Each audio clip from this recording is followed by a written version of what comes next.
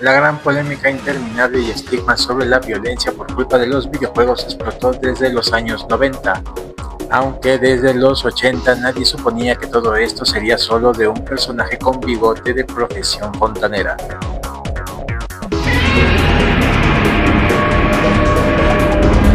Se habló de títulos como The Race del año de 1976 o Chiller de 1986, este último lanzado en la Nintendo NES, sin ningún tipo de licencia oficial. Mostraban escenas bastante explícitas para su época. Los jugadores disparaban a personas encadenadas o atropellando peatones. En Atari 2600 también surgieron títulos con contenido sexualizado hasta perturbador. En este caso estamos hablando de Custer's Revenge. Sin embargo, estos casos pasaron completamente desapercibidos y el motivo principal es que el medio aún no era masivo. Además, la falta de realismo, la escasa difusión mediática y la percepción de que todo se quedaba en dibujitos impidieron que la alarma social saltara del todo hasta la llegada de los años 90.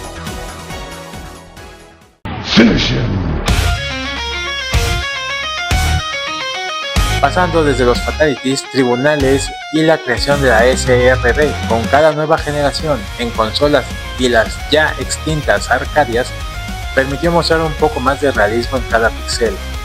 Fue entonces cuando los videojuegos dejaron de parecer inocentes para muchos sectores de la sociedad. Mortal Kombat del año de 1992 fue uno de los mayores exponentes de esta violencia, siendo totalmente diferente a su competencia de ese entonces, Street Fighter 2. Mortal Kombat mostraba combates sangrientos y los primeros fatalities, movimientos finales que permitían literalmente desvivir a tu oponente. La reacción ante esto no se hizo esperar. El título fue expuesto ante el Senado en 1993 en Estados Unidos, siendo la primera de muchas veces de la historia que sería cuestionada la influencia de los videojuegos violentos en los jóvenes.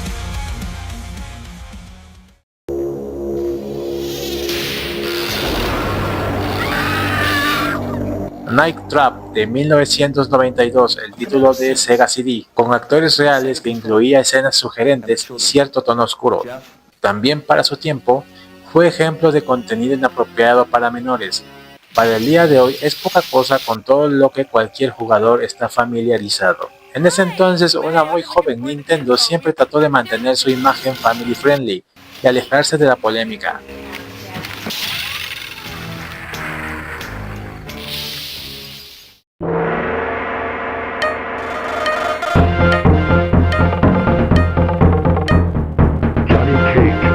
Su versión de Mortal Kombat para Super Nintendo censuraron la sangre y alteraron los fatalities para que fueran menos gráficos. La versión de Mega Drive, donde sí podían activarse mediante un código, marcó la diferencia para que muchos adolescentes se decantaran por la consola de Sega.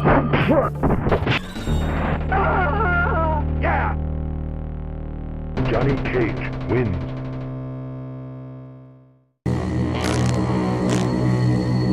Con la llegada del año 2000, la generación de consolas de ese año optaron por mostrar historias más adultas. Manhunt de Rockstar es un claro ejemplo, fue catalogado como un título snuff, lo que provocó su prohibición en varios países.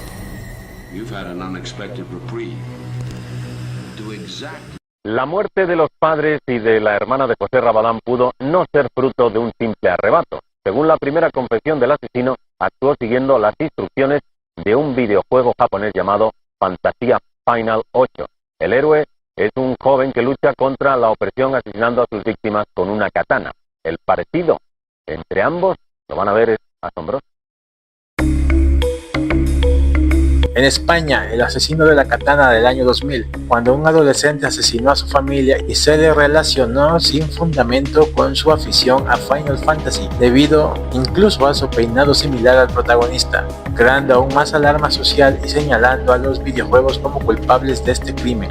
Y cómo olvidarnos de todo lo relacionado a GTA. Cada nueva entrega empuja un poco más los límites de la ignorancia, el estigma y la falta de información sobre para qué tipo de público fue enfocado el título.